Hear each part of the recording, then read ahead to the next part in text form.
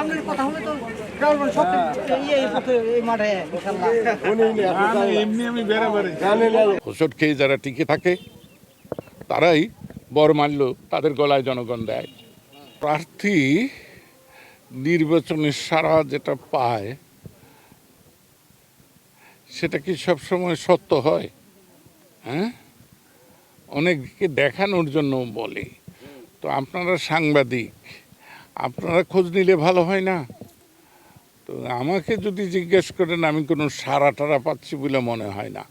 আমাকে সবাই জিজ্ঞেস করে, আপনি আছেন তো, আইছেন তো? আমি বলি যে হ্যাঁ, আল্লাহর রহমতে আমি আছি এবং আমি আল্লাহর রহমতে আইছি। কয়ে থাইকেন।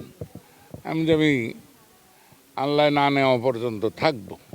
জয় আর পরাজয় নির্বাচনে, এটা জয়টা কার?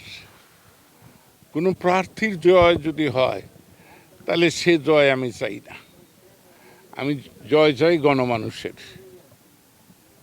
গণমানুষের মধ্যে যে আশা আকাঙ্ক্ষা, সেই আশা আকাঙ্ক্ষার জয় হবে বলেই আমার একেবারে আন্তরিক বিশ্বাস, আমার প্রত্যয়।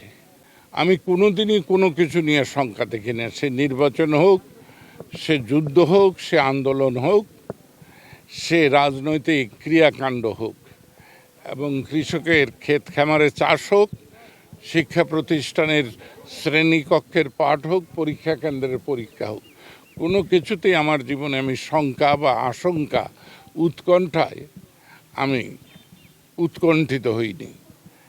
আমি মনে করি এটা স্বাভাবিক একটা পথযাত্রা, এবং এই যাত্রায় কিন্তু একবার হোঁচট খেতেই হয়। হোঁচট খেয়ে যারা টিকে থাকে তারাই বরমাল্য তাদের গলায় জনগণ দেয়।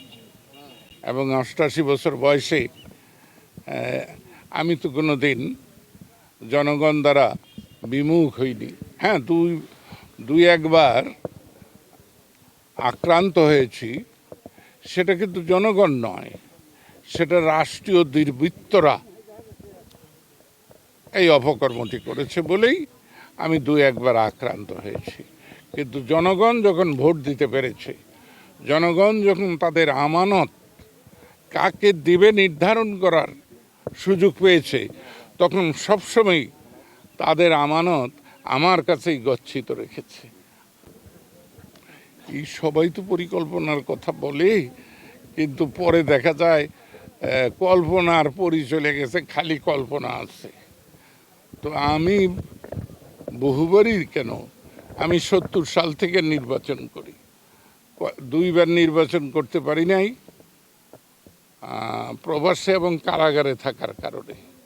তখন আমার সহধর্মিনী লায়লা সিদ্দিকী করেছেন এবং কালিহাতীর জনগণ তাকে প্রীতি শুভেচ্ছা ধন্য করেছেন।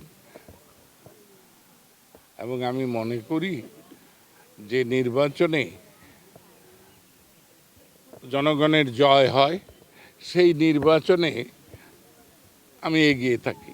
যে নির্বাচনে জনগণের পরাজয় হয়, সেই নির্বাচনে আমারও পরাজয় হয়। আমি আশা করি এবারের নির্বাচনে জনগণের জয় হবে।